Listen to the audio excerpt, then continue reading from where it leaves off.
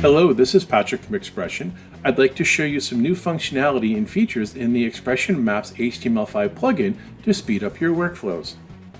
So here I am inside of Inception Newsroom, and I've got my XPression plugin open. And I want to use a map that's already been created. I'm going to go to my Open MAP tool. I'm going to choose my Maps plugin, and it will open for me. I'm going to log into it. And you can see that I have my saved maps, and something new on the saved maps, you'll notice there's now a tag which allows me to drag something in.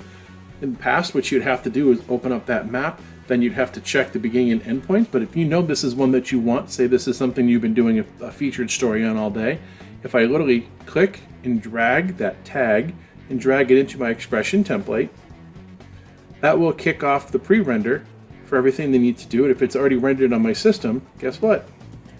It's ready to go. I don't have to do anything else for it. It's a quick, easy way to get access to an existing map and speed up your workflow without you having to go back and rebuild and reproof everything that's already been done.